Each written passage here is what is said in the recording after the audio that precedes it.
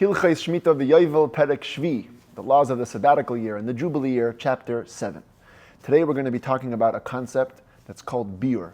Biur means literally destruction. Typically we hear the word biur, we think of the concept of biur chametz, burning chametz before Pesach. Today we're going to be learning about the concept of biur in a more obscure context, a lesser known context, the context of Shmittah. Shmittah produce by default is meant to be ownerless. We're not meant to lay claim to anything that grows wild in the Shmittah year. However, we're allowed to take minimal amounts of Shmittah produce to our home to be able to live day to day. Says the Torah, a special law. We can only hold Shmittah produce in our home as long as they're extant in the field. The moment the Shmittah produce go out of being in the field, they have to go out of being in our homes. Special law called biur, destruction. Now, the time that this takes place is very much subjective depending on which type of plant or produce or fruit we're dealing with. And that's going to be the topic of today's chapter. So the Rambam begins with the basic halacha aleph. Peiris shvius. Shmittah produce, ein eichlin mehen, we're not allowed to eat from them, ela kol zman she'oisei hamin matzei basada. Only so long as that species of produce is found and available in the field. Shenemar, because it says in the verse, v'livhemtecha v'lachaya asher ba'aretzecha tiechol tvuasa lecha. All the produce of the Shmittah year will be for eating for the animal and the beast in your land, which means so long as the undomesticated animals are eating this species in the field, you're allowed to eat from that which is in your home. The moment the species is completely finished for animals in the field, the Jew becomes obligated to get rid of that specific species from his home. This is known as biur. Biur, which means destruction or getting rid of Shmittah produce. Ketzad, what will this mean practically? If a person has dried figs from Shmittah in his house, he can keep eating them so long as figs can be found on trees in the field. The moment the figs are finished from the field, you cannot eat them. The figs that remain in the house, you must get rid of them, as we'll soon see how you get rid of them. What do you do, practically speaking? How does getting rid of them work? If you had a lot of produce, find a bunch of people and give them out in quantities of 3 meals per day. Typically a person eats 3 meals every day, so find people, give them packages of 3 meals. It's forbidden. Once you've gotten rid of the produce, it's forbidden to eat them, whether you're rich or poor. If you didn't find any people that could eat it during the time when you're supposed to get rid of the food, either you burn it in fire, or you throw them into the sea, the Dead Sea, or destroy them in any other way where they will get destroyed. So ideally you give them to somebody else to be eaten, but once it's past that time, it's got to be burnt or destroyed. If a person has raisins of Shmittah, and the grapes that are in the ownerless fields, or the ownerless gardens or orchards, are concluded. Even though there might be still some grapes left on the vines that are growing in people's courtyards, it doesn't matter. You can't keep eating the raisins in your home because of the grapes that are growing in the courtyards. Because those aren't available to animals. All the ones that are available to animals are gone. But if there are still grapes in the field, even if they're grapes that are very tough, and they're only going to be ripened way at the end of the year, you can keep eating the raisins in your house on account of those grapes that are found in the fields. The same rules would apply in all similar situations. What if a tree produces fruit twice a year? And you had in your home from the first round of produce. You can keep on eating them so long as even the second round of that same produce is found in the field. Because the bottom line is, the species you have at home, there's similar species in the field. But fruits that grow only in the fall, you cannot eat fruits that you have in your home on account of those fruits, because they're similar to fruits of a different year. It's a whole different season, and therefore one cannot influence the other. Halacha vav. Hakayve shleisha kvashim b'chavis achas. Let's say you have 3 different types of vegetables pickling in one jar. You have tomatoes, cucumbers, and olives, let's say. Kol shekola mina min asada, yevair mina min chavis. Even though you mix them all together, they're each treated individually for the laws of Shmittah.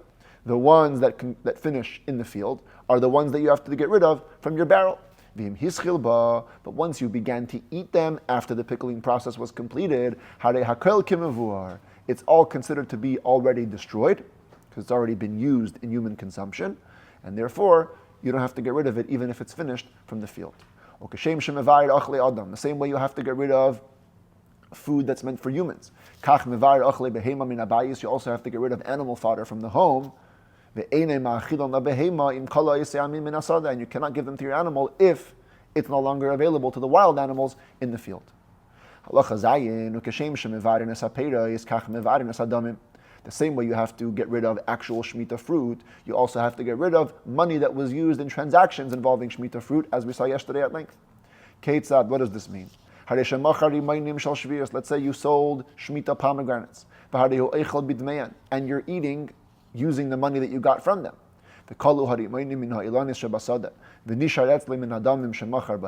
And meanwhile, the pomegranates in the field are finished, and you still have some of the money that you made from your original pomegranate sale. You must destroy the money. You can no longer use it to buy more food. What should you do? Immediately take the money, buy other food, and give them out in quantities of 3 meals per person. Or, if you don't find any eaters, throw the money into the Dead Sea. Halacha tes, shalosh aratzos labir. There are 3 lands when it comes to this obligation of getting rid of Shemitah produce. Because if you think about it, Shemitah applies on all of the land of Israel. What does it mean that species are out of the field? What if they're out of the field in one neighborhood and somewhere else they're still in the field? So the Rambam says that Eretz Yisrael is divided into 3 regions when it comes to these laws.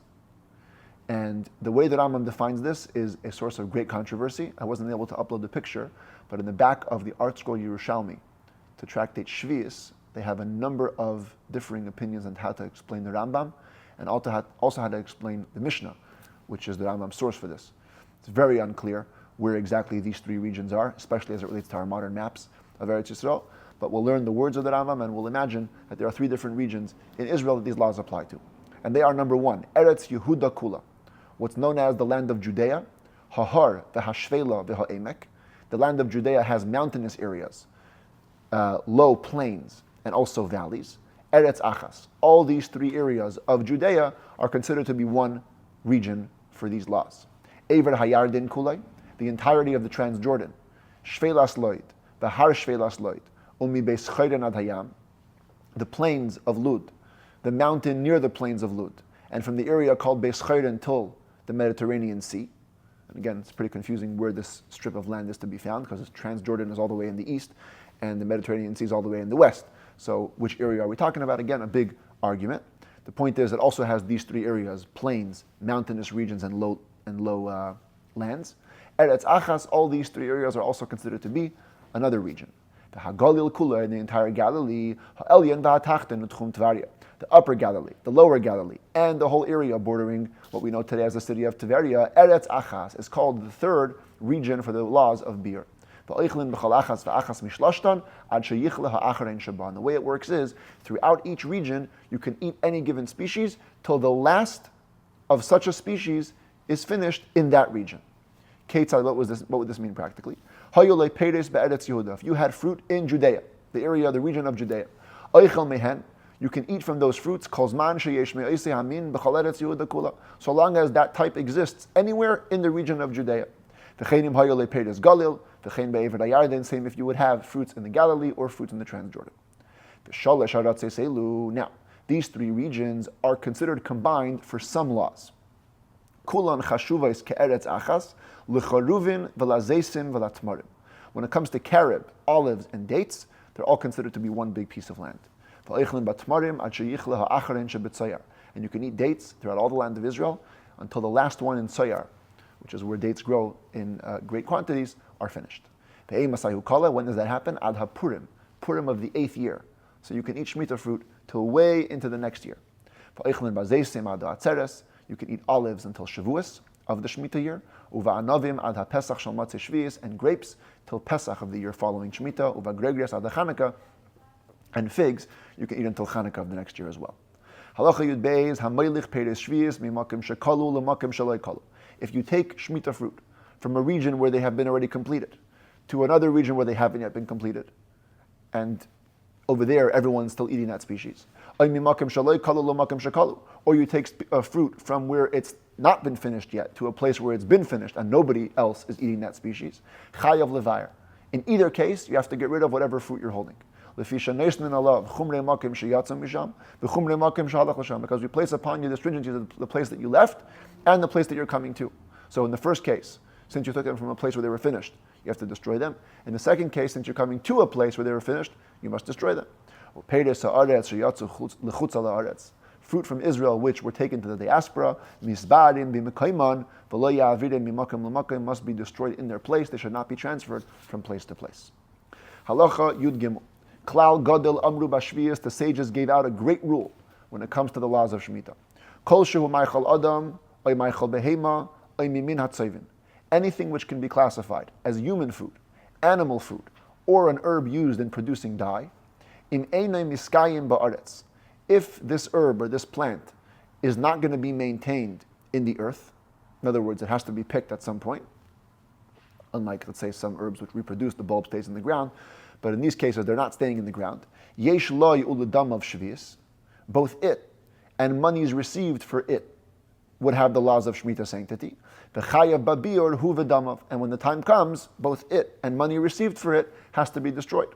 Kegoin, for example, alei haluf hashaita, the leaves of the wild luf. Luf is either this plant known as the taro, they have very big leaves, or this plant known as Arum palestinum in Latin, and it has these berries, also some big leaves. These are the alei aluf hashaita. The alei hadandana, mint leaves, that's this. The ha'ulshin, and endives.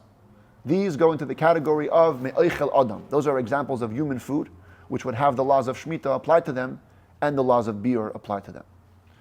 Examples of animal food would be ukegoin hachoichim v'hadardarim me'oichel behema, thorns and thistles.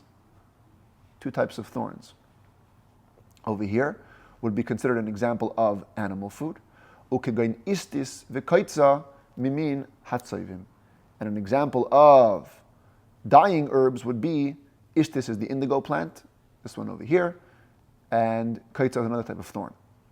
But if it would last in the earth, for example, the woad plant, this is the yellow plant here, the harichpa, or safflower plant. Mimin hatzayvin, again, these are types that are used in dyes,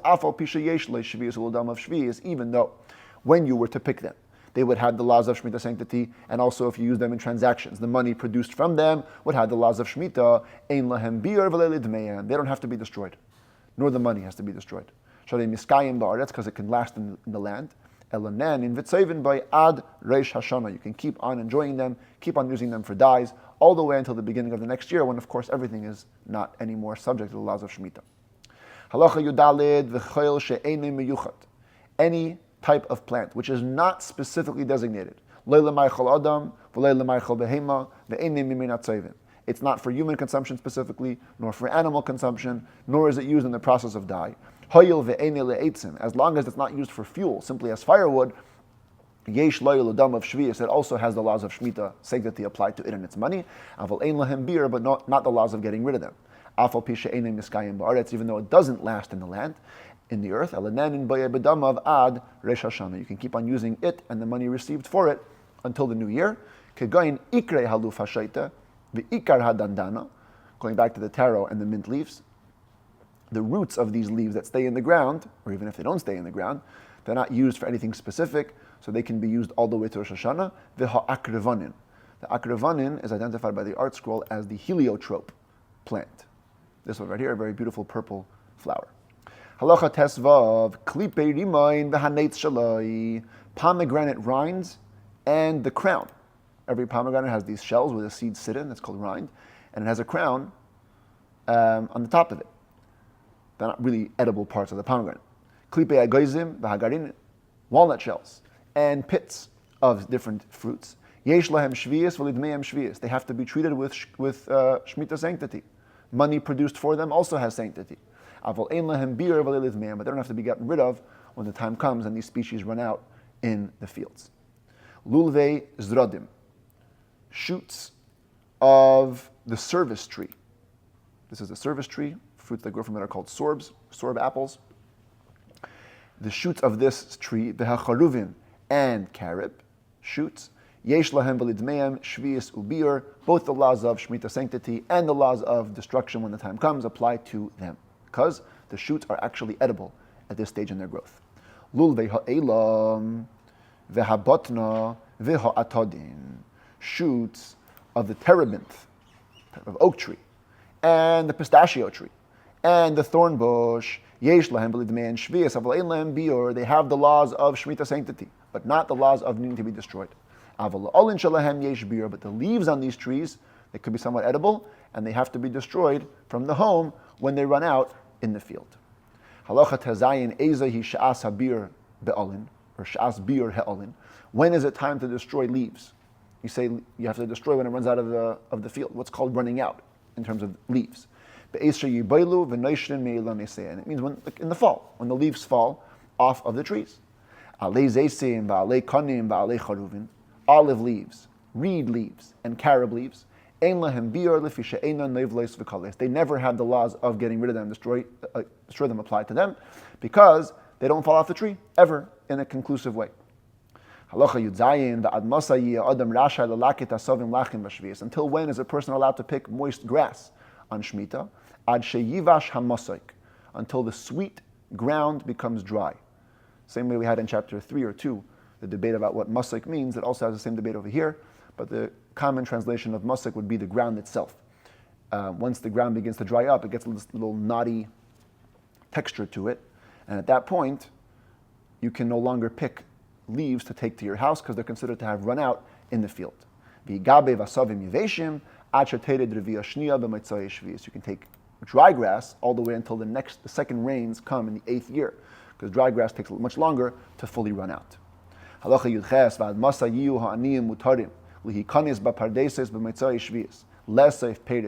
same time frame would apply to poor people. When can they go into orchards after Shmittah and take whatever Shmittah fruit remain, all the way until the second rains come. Once the second rains come, the new produce in the field is considered to be produce in the 8th year and should not be touched. Halacha yutes, haveret, a rose. Vehakoifer. Koifer is what's called a henna plant. Vehaloitem. Loitem is the stone pine, as ArtScroll identifies it. Yesh lahen v'lidmei and shvius. These three things have the laws of Shmittah sanctity applying to them. Haktaf, the balsam plant, v'husraf ha'yetze meha'ilanis, min ha'olim u'meha'ikrim, there's a little sap that comes out from trees, their leaves and their roots, ein lo shvius, doesn't have the laws of Shmittah sanctity, even though it's edible. V'ha'yetze min ha'pagim yesh lo l'dam of shvius. However, what exudes from unripe figs does have the laws of Shmittah sanctity. When are we talking about? Be'ilan maichol, if it's a fruit tree, the sap that it produces is not considered holy. Aval be'ilan srak, but a non-fruit bearing tree, af hayetze min ha'olin or min ha'ikrim kaprisha lahen, even what comes out of the leaves and the roots are considered to be their produce, their fruit, the yesh lo l'dam of shvius, and therefore it has the laws of Shmittah applying to it. Chav aleph hakovesh vered shvius b'shemen shel shishis. If somebody pickles roses of Shmittah in oil of the 6th year, yilakit es havered v'hashemen mutter. Take out all the roses and the oil is permitted. Kavshay b'shemen shel matzeh shvius. If you pickled Shmittah roses in 8th year oil, chayav levayir hashemen, you must get rid of the oil as well. It assumes Shmittah sanctity. Because the rose at that point is already dry and has to be destroyed. Now that it's soaking in the oil absorbs that and also has to be destroyed. Chav beis charuvim shel shvius shekavshan beyein shishis ay beyein moitzai shvius. You have carob. Here's the carob being pickled in wine. So it's Shmittah carob being pickled in 6th year wine or 8th year wine. Chayav levayir hayayin. You have to get rid of the wine. Sharei tam peiris shvius bay, because in the wine there's taste of Shmittah fruit. Zeh haklal, this is the general rule when dealing with mixtures. Peiris shvius shenisaravu bepeiris acheres. If Shmittah fruit get mixed into other fruit, min b'minai b'kolshu, if it's the same species, then even the smallest amount turns the entire mixture into Shmittah sanctity. Like any other mixture in halacha, if one species mixes into another species that are not the same type, then if it transfers taste into the second species becomes holy like Shmittah. If not, then it does not.